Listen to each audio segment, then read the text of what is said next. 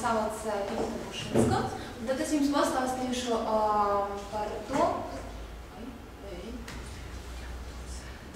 pastāstīšu par to, kāda ir jābūt sadarbībai starp studentu un darba vadītāju. Jo no darba vadītāja ir atkarīgs diezgan daudz. Vai vispār jūs varēsiet izstrādāt šo darbu, vai jūs veiksmīgi aizstāvēsieties, ir diezgan daudz atkarīgs. Un, lai jūs zinātu, kā pareizi ir jānotiek tā sadarbībai, tad, ja jūs zināsiet to, kā jābūt, kā jāsadarbojas ar darbu vadītāju, tad līdz ar to jūs varēsiet arī varbūt sevi organizēt, pašorganizēt veiksmīgāk. Tad vispirms es pastāstīšu par to, kā notika sadarbība rudens semestri vai kā tā vajadzēja notikt. Tad sākumā, protams, darba vadītājs piedāvā jums tēmas, jūs vienu no tām tēmām izvēlaties, un tad ir nepieciešams definēt darba mērķi un uzdevumus. To jūs dariet kopā ar darba vadītāju, viņš jums palīdz definēt gan mērķi, gan uzdevumus.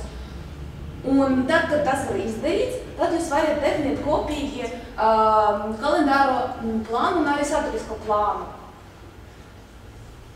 Bet šeit ir jāsaprot, kā darba vadītājiem nav pilnībā ir jānodefinē šis plāns gan saturiskas, gan kalendāris. Ja? Jums ir jācenšas pašiem to izdarīt, un darba vadītājiem vienkārši ir jādod kaut kādi komentāri un padomas. Pēc tam, tad darba vadītājiem vispār viņa pienākums ir ieteikt jums sākotnēju literatūru, ko pētīt. Un tad jūs arī patstāvīgi šo ieteikto literatūru pētat un veidot kaut kādu apkopojumu. Šeit jums veidot apkopojumu, tad jums varētu parādīties kaut kādi citi jūsu sameklēta informācijas avoti. Un šeit tad darba vadītājs jums var palīdzēt novērtēt, vai informācijas avots, kuru jūs sameklējat, noder atskaites sagatavošanai. Ja? Un tad, kad jums tā atskaita ir sagatavota, tad darba vadītājiem vajadzētu kontrolēt, vai tā atbilst noteikumiem, vai atbilst saturs, vai tur ir pareizi uzrakstīts, vai ir pareiza valoda, un arī stils, jā. Tam tā it kā jābūt rudens semestri. Bet kas notiks šajā semestrī, vasaras semestrī? Tad viss sākas no tā, ka jums ir nepieciešams pastāvīgi meklēt literatūru, ja? Literatūras avotus. Nepieciešams arī analizēt, kas ir rakstīts šajās avotos un kas jums varētu noderēt priekš jūsu bakalaura darbu. Šeit darba vadītājiem jums varētu pirmkārt arī ieteikt, ja kaut kādus literatūras avotus, arī palīdzēt novērtēt jūsu sameklētas avotus, ja, vai jūsu sameklētais avots noder darba izstrādēji. Un arī jums var palīdzēt izvēlēties piemērotāko pētījuma metodi, kā jums labāk organizēt jūsu pētījumu. Tad, kad jūs mēģināt jau apkopot izlasīto informāciju sameklēties avotus, jums rodas jau tā praktiska un teorētiska daļa, ja? Darba daļa. Un šeit, tad, kad jūs to izstrādājat, darba vadītājiem it kā vajadzētu sniegt komentārus par darba izpildi, ja? Un gan par darba izpildes kaut kādiem starp rezultātiem. Tad tas kā notiek? Jūs, piemēram, veicat kaut kādu pētījumu gabaliņu, kaut kāda veida to noformējat un iedodat darba vadītājiem pārbaudīt, vai šis gabaliņš, ja, atbilst jūsu darba tēmu, vai tas atbilst prasībām kaut kāda. Izlabot kaut kādus darba vadītāju komentārus, jūs varat tālāk turpināt. Jau paņemt kaut kādu nākošo pētījuma gabaliņu. Ja? Tad pakāpeniski, sistemātiski izstrādāt darbu. Tad darba vadītājs varēs skatīties un redzēt, kā jūs darbojaties, un sniegt jums laicīgi kaut kādu atgriezenisku saiti. Un tad viņš, protams, visu to laiku jūs konsultē. Gan kaut kādus profesionālus jautājumus, Gan, ja viņš nezinās atbildi uz kaut kādiem jūsu jautājumiem, tad viņš varbūt ieteiks kaut kādus konsultantus jums, ja? Vai arī kaut kādus avotus, kur jūs varēsiet šo informāciju iegūt. Tālāk, tad, kad jums jau darbs ir sagatavots, jums būs nepieciešams, protams, jums būs nepieciešama palīdzība sagatavot prezentāciju un runu, ja? Gan pirms aizstāvēšana, gan aizstāvēšana. Tad kopīgi ar darba vadītāju iekšā jūs varēsiet apskatīt prezentāciju, runu, un jums vadītājs dos komentārus, kas tur ir jāizņem ārā, vai varbūt ar kaut ko ir jāpapildinā, vai kā labāk par kaut ko pastāstīt. Ja? Un tad, kad jums būs jau aizstāvēšana, notiks aizstāvēšana, tad darba vadītājiem pienākums ir sagatavot atsauksmi par bakalaura darbu. Un tā atsauksme tiks arī ņemta vērā, vērtēt jūs darbu.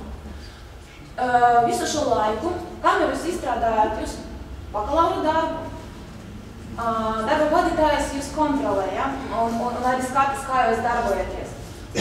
Un viņš arī skatās, cik jūs regulāri strādājat, cik jūs patstāvīgi strādājat, ja? Un kādi jums ir sasniegumi, vai jūsu rezultāts atbilst tēmai. Un tad, ja pēc šī scenārija jūs sadarbosieties ar jūsu darba vadītāju, tad rezultāts varētu būt tiešām labs. Un jums arī būs pašiem vieglāk izstrādāt bakalaura darbu. Bet, protams, varētu parādīties problēmas, jo arī visi cilvēki ir dažādi, ja, un darba vadītāji arī var nedarboties tā, kā jūs gribēt, ja, lai viņš strādātu kopā ar jums. Tad, jebkurā gadījumā jums ir iespēja nomainīt darba vadītāju. Bet ir jāatceras, ka tas ir jāizdara nevēlāk kā nedēļa pēc bakalaura darba progresa apspriešanas seminārā. Tātad pēc šī semināra jau paies tā nedēļa, tad jau nebūs vienkārši iespējams to izdarīt. Līdz šim laikam, lūdzu, jūs varat arī griezties ar lūgumu, ka man ir nepieciešams cits kaut kāds vadītājs. Ja? Protams, jūs varat arī atstāt darba vadītāju, kāds jums ir, ja? Bet pieaicināt konsultantu, kas arī faktiski jums palīdzēs izstrādāt jūsu darbu. Konsultants, protams, jūs varat arī pieaicināt ne tikai, kad ir problēmas, bet arī, piemēram, ja jums ir nepieciešams iegūt kaut kādu eksperta viedokli par kaut ko. Un tad arī jūs varat pieaicināt šo konsultantu, tad arī problēmu gadījumā. Bet arī darba vadītājs var neapmierināts ar jūsu rezultātiem. Un tad, ko viņš var šajā gadījumā darīt? Ja students nepilda uzdotus uzdevumus, ja viņš, piemēram, necenšas ņemt vērā visus komentārus, ja viņš nestrādā regulāri un parādās kaut kur tikai beigas ar savu gatavu darbu, un darba vadītājs viņu neredzēja semestra laikā, tad darba vadītājs var atteikties dot atzinību par darbu pielaišanu, aizstāvēšanu. Viss? Un tad jūs vienkārši netiksiet pielaisti. Tā var arī slikti veikties tas viss. Un tad tādi gadījumi arī bija. Bet tad pamēģināsim iztēloties, kādiem jums ir jābūt, lai jūs varētu veiksmīgi uzrakstīt savu bakalaura darbu. Jo, protams, ir vajadzīgas kaut kādas īpašības noteiktas, lai es varētu vispār par pētījumu paveikt. Pirmkārt, jums ir nepieciešams izvēlēties, vajadzēja izvēlēties tādu tēmu, par kuram jums ir interese. Ja izvēlēt tēma jums nav interesanta, tad, protams, būs diezgan grūti noturēt jūsu uzmanību. Ja? Jūs darīsiet visu kaut ko, bet ne tikai pētīsiet jūsu jautājumu. Līdz ar to, protams, interesi par pētāmo tēmu ir jābūt. Pie tam jums, protams, ir jābūt zinkārīgiem. Jābūt vēlēšanai uzzināt par kaut ko jaunu, jaunas iegūt zināšanas, prasmes. ir jāspēj kritiski domāt, ir jāspēj arī sistemātiski apstrādāt iegūto materiālu, iegūtu informāciju. Visu laiku ir jācenšas uzzināt par kaut ko jaunu. Protams, arī ir nepieciešams, lai jūs būtu mērķtiecīgi. Ja? Nedrīkst vienkārši sākt kaut ko darīt, pamest to, pēc tam atkal pie kaut kāda cita pētījuma ķerties un tā visu laiku mētāties. Jums ir jābūt skaidram, ko jūs gribat sasniegt, ir jābūt kaut kādiem noteiktiem rezultātiem, gala mērķiem, ja, kaut kādiem. Un tad jūs ļoti planveidīgi pie tā strādājat. Jums ir jāspēj darboties patstāvīgi. Nevajag gaidīt, ka jūsu vieta kaut kāds cits kaut ko izdarīs. Jūsu darba vadītājs neko jūsu vieta nedarīs. Pētījums ir jūsu, un jums pašiem tas ir jādara. Un, lai to, protams, izdarīt, jums ir jāspēj izrādīt iniciatīvu. Ja? Jums pašiem vajadzēja meklēt kaut kādas informācijas avotus, pašiem nākt pie vadītāja un lūgt, lai viņš pārbauda, ja? Pašiem dot kaut kādus rezultātus, lai viņš jums arī pārbauda. Ja nevienmēr darba vadītājs, kā skola jūs kontrolēs, ja? Ne visi darba vadītāji tā dara. Līdz ar to jums arī jāmāk pašiem kaut kā izrādīt iniciatīvu. Un, protams, arī svarīgi, lai jūs savu darbu izstrādājat planveidīgi, kā es jau pateicu. Ja? Nevis pēdējā mēnesi pēkšņi izdomājat, ka tagad es ķeršos pie pētījumā. Nu, diezgan jums vienkārši jūs būsiet paši, dzīvosiet tajā mēnesi stresa stāvoklī, ja? Un visu mēnesi jums vienkārši vajadzēs domas par to, kā vispār tikt ar to galā. Un rezultātā darbs diez vai būs labs. Protams, jums cieši jāsadarbojas ar darba vadītājiem. No darba vadītāja ir diezgan daudz, kas ir atkarīgs. Bet jūs, protams, arī varat gaidīt to, ka darba vadītājs uzstādīs kaut kādas prasības, ja, jums. Jo, protams, darba vadītājs nevaras neko izdarīt, ja jūs paši, piemēram, neievērosiet kaut kādus noteiktus likumus. Piemēram, kā, ja jums darba vadītājs iedeva kaut kādus komentārus, un viena gabala, teksta gabala ir norādījis, ka tur ir kļūda.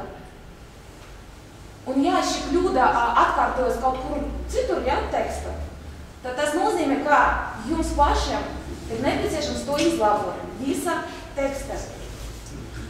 Un arī, protams, jums nepieciešams ņemt visus komentārus vērā. Un ja jūs nepiekrītat pēkšņi, ja, sniegtam komentāru, tad lūdzu, tad argumentēti pierādiet savu viedokli. Un, protams, nedrīkst pieļaut kaut kādas atkārtotas kļūdas, par ko jūs vienreiz norādījāt darba vadītājs. Protams, ir jācenšas atcerēties, iemācīties un augt, ja, nevis degradēt vai arī stāvēt uz vietas. Un, protams, atsauksmju iestrādāšana, komentāru iestrādāšana labāk izmantot un ieteicams izmantot. Mēs varam redaktorai iebūvētas opcijas kā track change un proofing. Un par to jums vēlreiz pastāstīt darba vadītājs, jūs varat pajautāt, kā to izmantot. Un, protams, jācenšas vēlreiz, ja, strādāt regulāri, sistemātiski un saulaicīgi informēt par kaut kādām problēmām.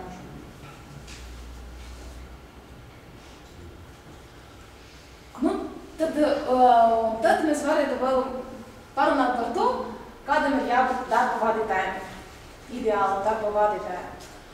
Protams, ko jūs varat arī sagaidīt no savā darba vadītāja. Viņam, protams, ir nepieciešams jūs ieinteresēt, ja, pētījumā. Un ir nepieciešams noturēt jūsu uzmanību, lai jūs varētu strādāt mierīgi pie kaut kāda viena temata. Viņam nevajadzētu piedāvāt visu laiku kaut ko jaunu. Un tagad jūs jau izdariet kaut kādu pētījumu gabalu, un tad pēkšņi viņš maina virzienu. Tāda rīcība, protams, nav atbalstāma. Bet pie tam ir nepieciešams, lai viņš spētu saprotami un konstruktīvi sniegt atgriezienus uz saiti. protams, viņš nedrīkst aizskart jūsu personību.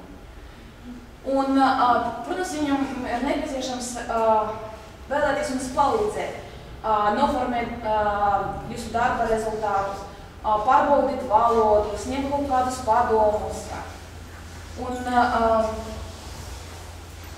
protams, viņam ir nepieciešams arī jūs ievirzīt, iepazīstināt ar to pētījumu pasauli, ja, zinātnisko pētījumu pasauli, jo tur ir diezgan daudz dažādu nianšu, un ja viņš vienkārši jums iemācīs, kā pareizi organizēt jūsu pētījumu, tad jums vienkārši tas atvieglos dzīvi. Un, protams, viņam jābūt atvērtam sadarbībai un jāmāk komunicēt. Un tad visas šīs īpašības jūs varat prasīt no darba vadītāja, un ja viņš nepilda, tad jūs varat, protams, ar viņu parunāt. Es gribētu no jums sagaidīt šīs dēļas, ka tas ienākās. Tad jāatceras vēl arī pēdējās vietas, tādas, ka, protams, darba vadītājs nav anotācijas tulkotājs. Nedrīkst gaidīt, ka jūs atnesiet viņam anotācijas, viņš jums iztulkos kaut kāds svešu valodas. Tas būs jādara jūs pašiem. Protams, viņš arī nav latviešu valodas skolotājs. Viņš norādīs jums varbūt uz kaut kādu jūsu kļūdu, palabos valodu, bet šādā gadījumā jums ir jācenšas iemācīties ātrāk pašam rakstīt zinātniskajā valodā. Jo patiesībā tas nav vadītājiem jādara. Nevajag gaidīt, ka jūs jebkura gadījumā atnesīsiet viņam kaut kādu tekstu, un viņa pienākums ir izlabot to. Viņa pienākums tas nav. Viņa pienākums tas neietilpst. Pēc tam viņš nav literatūras meklētājs. Tas nenozīmē, ka jūs neko nemeklēsiet paši un tikai gaidīsiet, ka jums tikai darba vadītājs kaut kādus avotus ietekmēs. Tas arī neies cauri. Un arī nav pētījuma izpildītājs. Viņš jūsu vieta pētījumu neveiks. Viņš varēs tikai novērtēt starp rezultātus, ja tā pētījuma rezultātus kaut kādus,